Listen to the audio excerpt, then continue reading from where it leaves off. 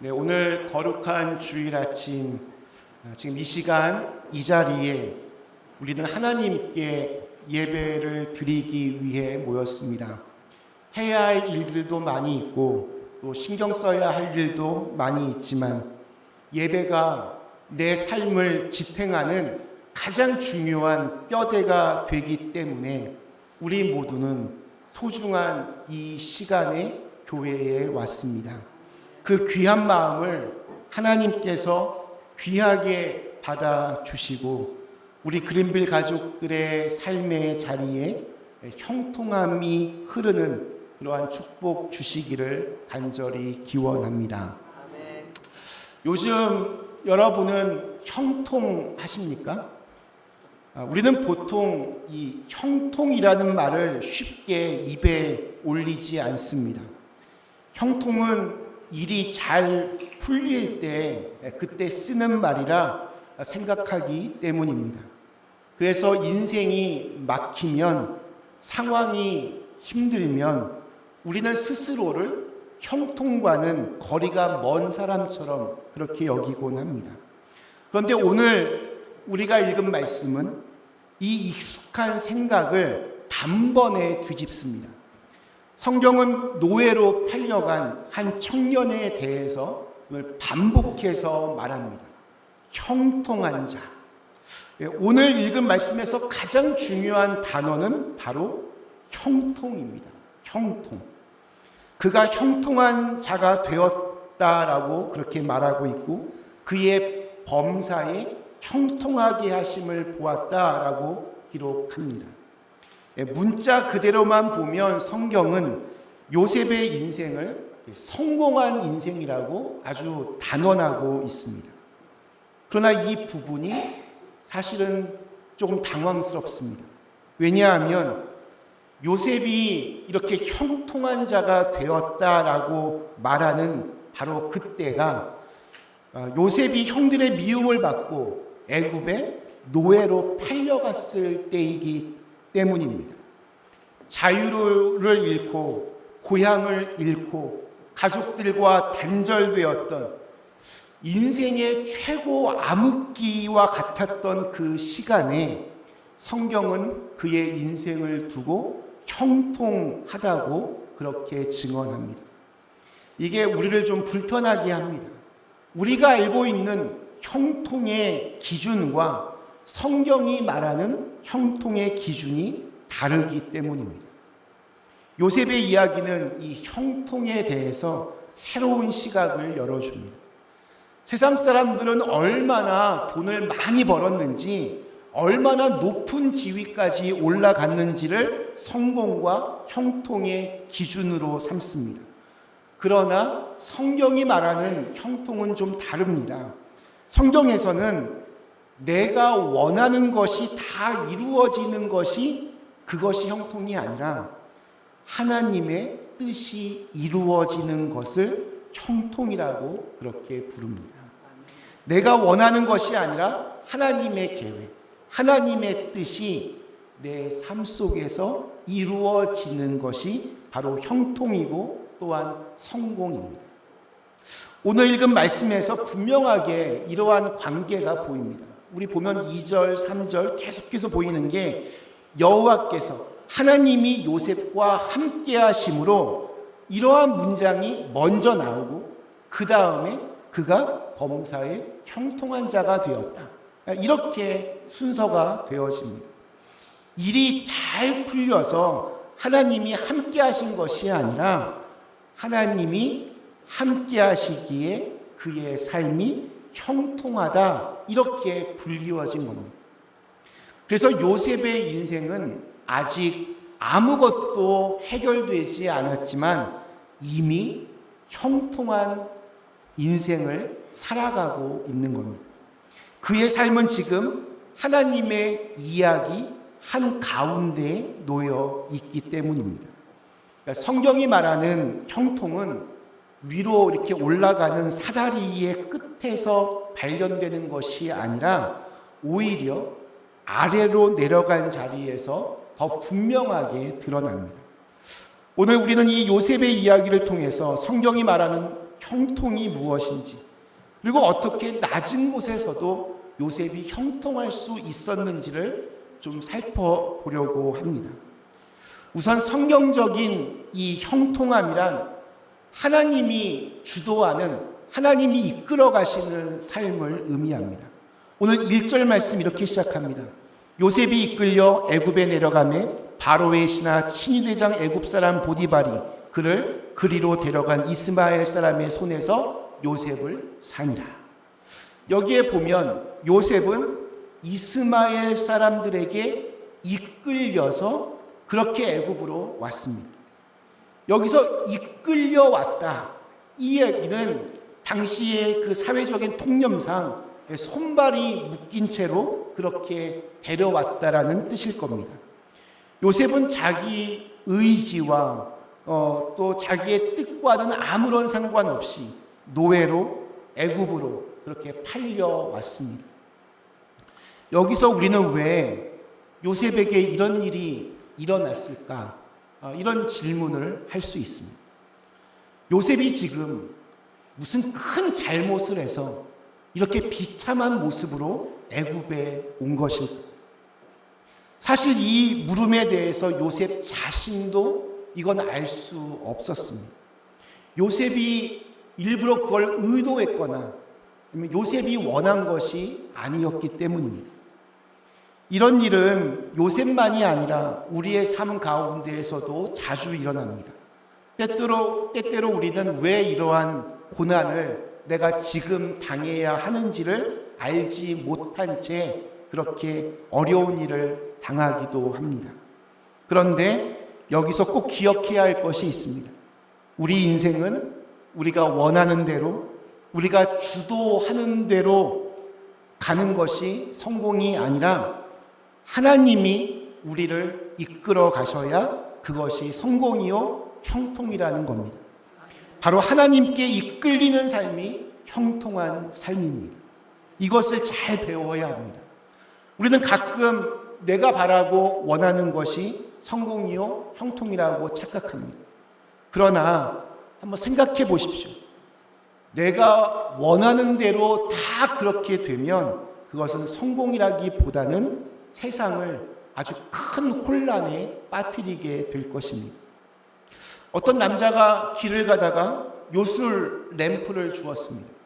남자는 어릴 때 동화책에서 읽은 대로 램프를 쓱쓱쓱쓱 문질렀습니다. 그러자 진짜로 램프의 요정이 나와서 소원 한 가지를 말해주면 그것을 내가 들어드리겠습니다 하고 말했습니다. 남자는 깊은 고민에 빠졌습니다.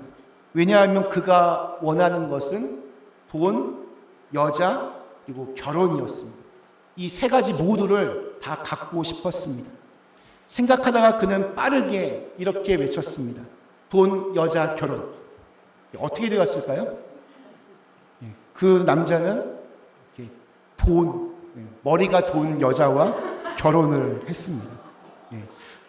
내가 생각하는 대로 되면 그게 형통이 아니라 그게 오히려 참 저주일 수도 있다는 말입니다. 우리가 성경을 보면 요셉이 노예로 팔려서 애굽에 오게 된 것은 전적인 하나님의 계획 때문이었습니다. 시편 105편 17절에 이런 말씀이 나옵니다. 그가 한 사람을 앞서 보내셨으며 요셉이 종으로 팔렸도다. 여기에 보면 이 시편 105편에 보면 하나님께서 하나님의 백성들, 이 아브라함의 자손들을 애굽 땅에서 이렇게 보호하실 것을 계획하시고 먼저 요셉을 애굽에 보내셨다는 그러한 말입니다. 요셉이 애굽에 팔려간 것은 아브라함의 자손들을 애굽에서 보호하기 위한 전적인 하나님의 계획 속에서 이루어진 사건이었습니다. 즉 요셉이 그냥 어쩌다가 우연히 운이 나빠서 애굽에 온 것이 아니었습니다. 하나님이 놀라운 구원의 계획을 가지고 요셉을 애굽으로 보내신 것입니다. 사실 모습은 좀 안 좋았지만 하나님의 계획 안에서 이 모든 일들이 진행된 것이었습니다. 아마 우리가 이런 일을 당했다면 우리는 원망부터 했을 겁니다. 근데 성경을 보면 이런 엄청난 고난을 당하면서도 자기가 전혀 의도하지 않았던 그 인생의 시련이 닥쳐왔음에도 불구하고 요셉은 정말 철저하게 하나님만 바라보고 하나님만 신뢰합니다. 만약 하나님이 요셉이 애굽으로 이 노예로 팔려가기 직전에 나타나셔서 요셉아 걱정하지 말아라.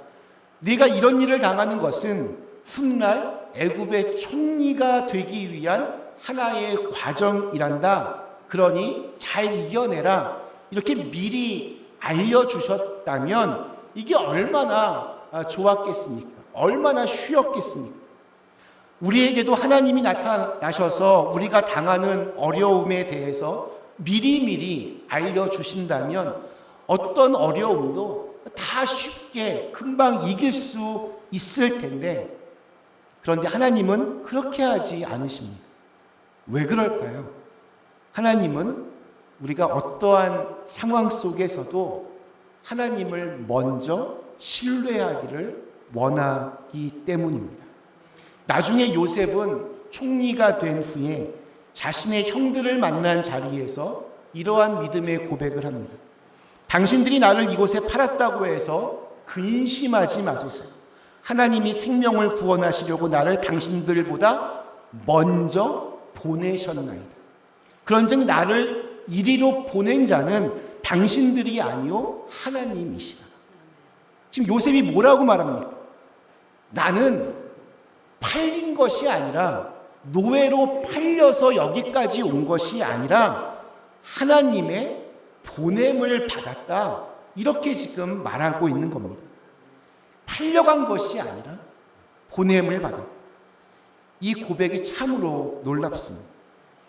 그러므로 지금 당장은 내 앞에 어려움들이 가득한 것 같고 지금 당장은 내 뜻대로 되지 않은 것 같지만 그것조차도 하나님께서 하시는 일임을 믿어야 합니다. 내 인생 내가 주도해서 나가겠다 고집 피우지 말아야 합니다. 내 인생이 하나님의 뜻 안에, 하나님의 계획 안에 있음을 고백할 수 있는 것, 이것이 바로 형통한 삶의 비밀입니다. 왜 내가 이런 어려운 일을 당해야 하는지, 왜 내 인생이 이런 길로 걸어왔는지, 왜 미국까지 오게 되었는지, 왜 또 그린빌이라고 하는 이 작은 도시까지 오게 되었는지, 왜 이 교회에서 지금 예배를 드리고 있는지, 왜 그토록 수많은 인생의 쓴맛, 단맛을 경험했는지, 이러한 질문에 대한 영적인 대답은 딱 한 가지입니다. 그것은 바로 예수 그리스도를 만나기 위해서입니다. 우리가 예수님을 만나서 구원을 받게 하기 위해서 지금까지의 모든 일들이 이렇게 진행되었다, 이렇게 있었다라고 믿음의 사람들은 고백합니다.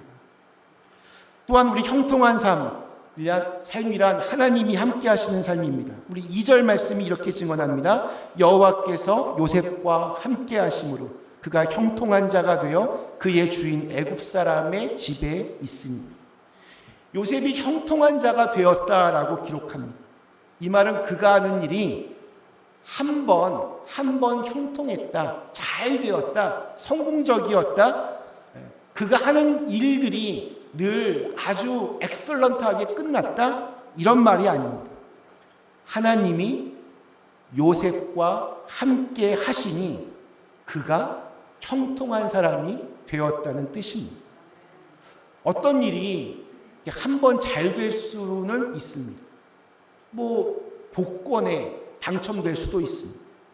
그러나 한 번의 성공이 그의 인생을 행복하게 해주는 것이 아닙니다. 중요한 것은 한 번의 형통이 아니라 아예 형통한 자가 되는 것입니다. 이 말을 좀 뒤집어 보면 한 번의 성공이 그리 중요하지 않듯이 한 번의 실패도, 한 번의 고난도 그렇게 큰 문제가 될 수 없습니다.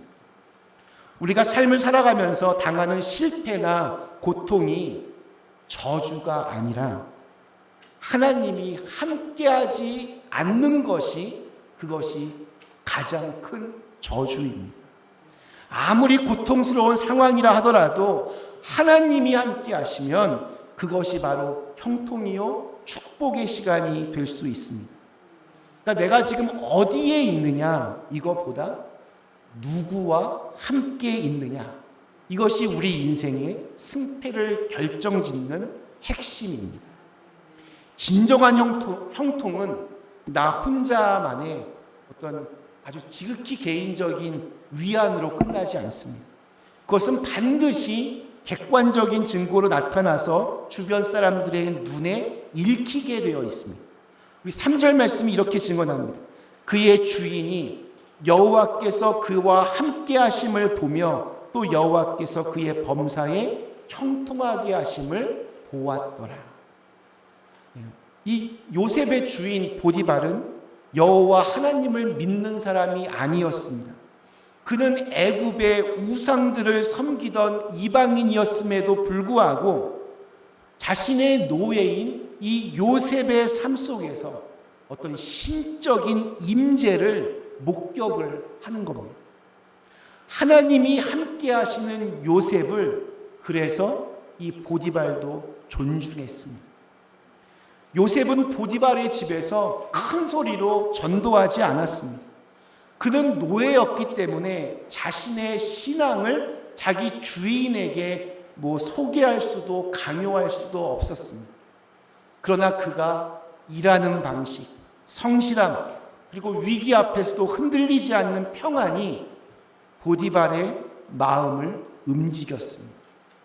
보디발은 요셉이 하는 일마다 이상하게 잘 풀리고 그가 손을 대는 것마다 다른 노예들과는 비교할 수 없는 탁월한 결과를 내는 것을 보았습니다.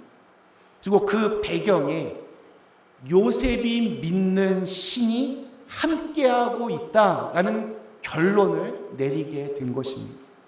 이것이 그리스도인이 세상에서 가져야 할 실력이 있는 형통입니다. 우리의 정직함과 성실함, 탁월함은 세상 사람들이 하나님의 살아계심을 부정할 수 없게 만드는 가장 강력한 전도지가 됩니다. 우리 예전에 그 세계 가장 강철 왕이라고 불렸던 이 카네기가 은퇴를 하면서 후계자를 지명할 때 전 세계가 누가 과연 이 카네기의 후계자가 될지 주목하였습니다. 그런데 카네기는 쉬브라고 하는 자신의 비서를 자기의 후계자로 지명합니다. 모든 사람들이 깜짝 놀랐습니다. 그도 그럴 것이 이 쉬브라고 하는 사람은 초등학교밖에 졸업하지 않은 사람이었기 때문입니다. 그는 원래 정원 청소부로 입사를 했습니다. 그런데 그는 정원 청소뿐만이 아니라 공장 안까지도 말끔히 청소를 하곤 했습니다. 그의 성실함과 근면이 눈에 띄어서 그는 청소부에서 정식 직원으로, 그러다가 사무실 직원으로, 마침내 카네기의 비서로 일하게 되었습니다. 쉬브라는 사람이 후계자로 지명을 받자 그는 카네기를 찾아가서 이렇게 말했다고 합니다. 회장님, 저는 아닙니다. 이 회사에는 전문 경영인도 많이 있고 뛰어난 사람들도 많이 있습니다. 그리고 회장님의 자녀들도 있습니다. 그때 카네기가 이렇게 말했다고 합니다. 만약 전문 경영인이 필요하면 돈을 주고 고용하면 된다. 기술자가 필요하냐? 일꾼을 쓰라. 그러나 내 속에 있는 하나님은 다른 사람에게는 없는 것이다. 이 카네기는 이 쉬브라고 하는 자신의 비서 속에 있는 하나님을 본 것입니다. 우리 오늘 읽은 말씀으로 미뤄본다면 요셉의 얼굴, 비록 노예였지만 그는 당당하면서도 또한 겸손했을 것입니다. 비록 나이는 아주 어렸지만 무슨 일을 해도 지혜롭게 일을 했을 것이고 항상 밝은 얼굴을 가졌을 것입니다. 그가 하는 일마다 다 잘 되었습니다. 다른 노예에게 맡기면 게으름 피고 잘 친척이 안 되는데 요셉이 맡으면 잘 되었습니다. 왜냐하면 그가 하는 일마다 하나님께서 복을 주셨기 때문입니다. 그것만이 아니라 그는 매사에 성실하게 최선을 다해서 주인의 말에도 순종했을 것입니다. 그렇게 함으로 늘 좋은 결과를 만들어냈습니다. 이런 요셉의 삶을 보면서 그 주인 보디발은 하나님을 본 것입니다. 보디발이 요셉을 신뢰해서 자기의 모든 소유를 다 맡겼다라는 것은 요셉이 가진 형통이 그 집안의 영적인 질서를 바꾸어 놓았음을 의미합니다. 세상 사람들은 우리에게서 그냥 교회 다니는 모습을 원하지 않습니다. 대신에 하나님이 함께 하시는 사람의 향기를 맡고 싶어야 합니다.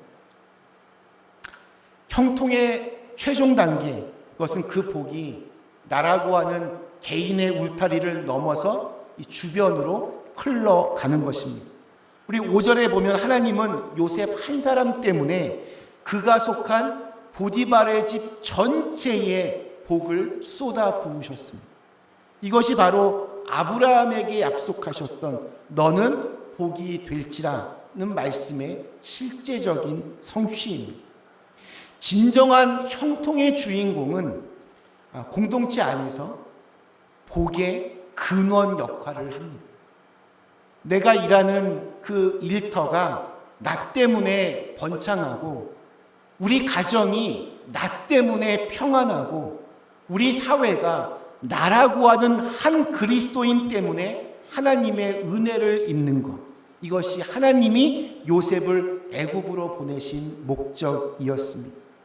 하나님은 보디발이 예뻐서 복을 주신 게 아닙니다. 요셉 한 사람 때문에 요셉을 위하여 복을 주셨습니다. 하나님은 당신의 자녀 한 사람을 세우시기 위하여 그가 속한 그 환경 전체를 복의 현장으로 바꾸시기도 합니다. 그러므로 지금 내가 처한 척박한 환경을 원망할 것이 아니라 내가 그곳에 축복의 통로로 그 씨앗으로 심겨져 있음을 기억해야 합니다. 특별히 이 말씀은 우리 같은 이민자들에게 큰 위로와 또한 소명이 됩니다. 우리 내일은 마틴 루터 킹 주니어 목사님을 기념하는 날입니다.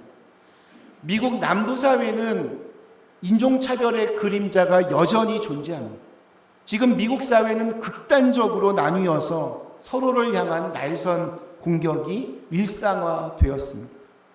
저는 하나님께서 우리 교회를, 이 한인교회를 이곳에 세우신 이유가 분명히 있다라고 그렇게 믿습니다. 우리 교회를 통해서 하나님의 자비가 세상으로 유통되게 하기 위함입니다. 형통이라고 하는 것은 그냥 이렇게 고여있는 저수지가 아니라 계속해서 낮은 곳으로 흘러가서 생명을 살리는 강물과 같아야 합니다. 우리 교회에 사람이 모이면 얼마나 모일 수 있을까요? 우리 교회의 양적인 성장은 하나님의 비전이 절대로 될 수 없습니다. 대신에 우리 교회가 이곳에서 어떤 향기로 존재하는가, 어떤 교회로 이곳에 사는 사람들에게 기억될 수 있을까, 이것을 하나님께서 우리에게 늘 물으신다라고 저는 생각합니다. 말씀 마치겠습니다. 우리 사랑하는 그린빌 가족 여러분, 우리 네버엔딩 스토리 오늘 세 번째 시간으로 낮은 곳에서도 하나님과 함께함으로 형통한 자가 된 요셉의 이야기를 살펴보았습니다. 우리의 형통은 문제가 해결되는 것에서 시작하지 않습니다. 내가 지금 처한 고난의 현장에서 주님과 동행하기 시작할 때 그곳이 바로 형통의 자리가 됨을 믿습니다. 나 한 사람의 변화된 삶이 내가 속한 공동체 전체를 축복의 자리로 이끄는 것, 그것이 하나님이 요셉의 인생을 통해 우리에게 보여주시는 형통의 완성입니다. 요셉처럼 하나님이 함께 하심을 최고의 복으로 여기며 나를 통해 주변에 그 축복을 흘려보내는 진정한 형통의 사람이 되어서 하나님께서 끝까지 써내려 가시는 네버엔딩 스토리의 주인공으로 살아가는 우리 그린빌 가족들 다 되시기를 주님의 이름으로 간절히 축원합니다. 우리 주신 말씀을 생각하며 잠시 함께 기도하겠습니다.